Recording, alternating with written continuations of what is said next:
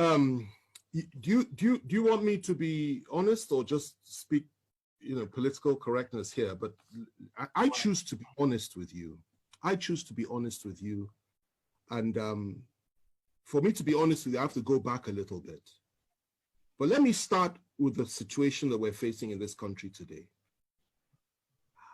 If you believe that those that are in power in Nigeria today would ever contemplate the possibility of giving power to an Igbo man in 2023 or thereafter, then you still haven't fully understood the challenge and the problem that we have in this country today. You need to understand that the mindset of some of these people, not all, some, but those that Buhari represents, that is his own clique within the Fulani ruling class, not all Fulanis, but his own clique, who are in power today. Their mindset is that the most dangerous people in this country and the people that they must suppress more than any other are the people of the Southeast. And you need to understand that before the Civil War, and I need to go back in history because that's a damn good question and it deserves a clear answer, a thorough answer. Let's go back a little bit. Before the Civil War, these same people, he, for example, was active then. And you need to remember the role that they played on the night of July 29th, 1966, when the Northern Officers counter coup took place. And 300 Igbo officers were killed in one night, including an Igbo head of state. He was involved. And many of them that are running this country in that cabal today were involved or supported it. They said it was to pay back for what had happened in January 15th, 1966. Now, after that, what happened? The same people unleashed their people on Igbo civilians in the northern part of this country, and the figure that is often cited is 30,000 were killed. It's not true. Closer to 100,000. Not only were they killed, people, women had their stomachs cut open and little babies were pulled out and their heads were dashed against the wall. That is what they did then in 1966, before the Civil War. And the Igbos were slaughtered like flies all over the north by these same people. They went rushing back to the east, where they believed they were safe. And the position was this: the leader of the core northern Muslims within the army, Murtala Muhammad, urged Gawan, who was head of state, to march on the east immediately and wipe out the Igbos. Gawan, to his credit, refused to do that and said, no, let's negotiate. And the negotiations started. They broke down, then there was a civil war. In that civil war, 3 million Igbos were killed by federal forces. They were killed by all of us. I'm from the Southwest. I take responsibility for that, as every other Nigerian ought to. Civilians, not soldiers, 3 million, including 1 million children, subjected to genocide, subjected to mass murder, subjected to ethnic cleansing by us. The war ended. We did not apologize. Instead, what did we do? What did we do? We took all their property in the name of abandoned property. We gave them £20, even if they had $1 million in the bank. And we said, come back, no victor, no vanquished. Biggest lie from the pit of hell. There was a victor and there was a vanquished. And we all know who was who. They came back into Nigeria and we reintegrated them. But even with all the reintegration, no Igbo man could be trusted to be General Officer Commanding GOC until Obasanjo came to power in 1999.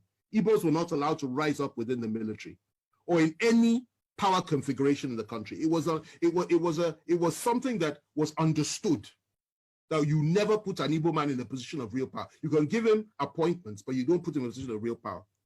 Okay. Obasanjo came, made General Abiaku, I think his name was, GOC. And then from there, Jonathan came, he appointed an Igbo Chief of Army Staff. Okay? Yes. My wife is reminding me of the name, Ehejireka. You know, he appointed an Igbo Chief of Army Staff. Okay? And we thought things would go on that way. There would be a reintegration of the Igbos. And Obasanjo integrated many Igbos, people like Obi Ezekwesili and Uba, so many came in and playing key roles, key positions. We thought things would get better. And unfortunately for us, though, in 2015, everything changed because Nigerians elected, in quotation marks, a man that had, again, I say it again, a different worldview and went back to the pre-1966 disposition and mentality of things. And that position was that Igbos cannot be trusted. Igbos have no rights.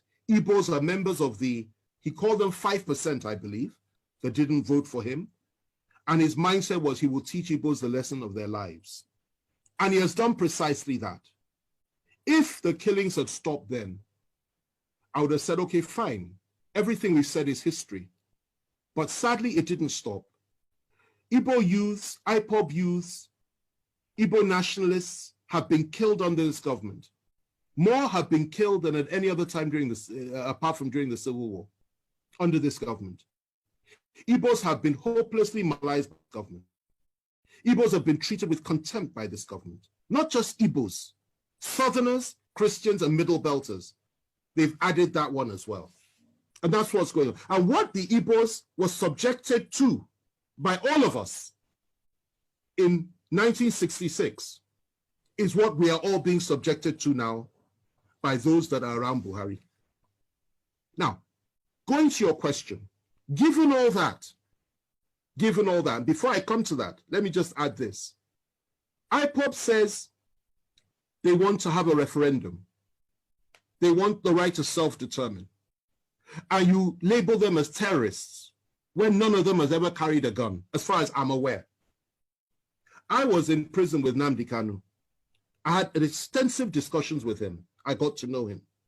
I understood his mindset, and I could feel his pain for his people. Yet they say they want to have a referendum. You say they're terrorists. Meanwhile, those that are butchering our people every day in the name of ethnic domination and hegemony, in the name of furthering the ambitions and the aspirations of Usman Dan Fodio and Ahmadu Bello and Buhari himself, the three Mahdis, you don't call them terrorists. You pat them on the back, you refuse to arrest any of them. And you say what they're doing is okay. You encourage them, okay? And the same you, free Boko Haram terrorists, the same you once said that you want to apply Sharia all over the country. The same you said Muslims should only vote for Muslims. The same you says an attack on Boko Haram is an attack on the North. The same you has said so many things which implicitly are on line and on all fours with the Boko Haram philosophy. These are the people that have been ruling us for 5 years. And the same you has empowered the Fulani to a point that they have everything now. And you really believe that those people in 2023 will sit down and say that they will allow a situation to arise whereby the one they hate the most can possibly take power in this country? They will not allow that to happen. Now, if you ask me what I think that would be the way forward as an individual. That if you really want to appease the Southeast, indeed the people of the South, why on earth not? Why shouldn't we have that?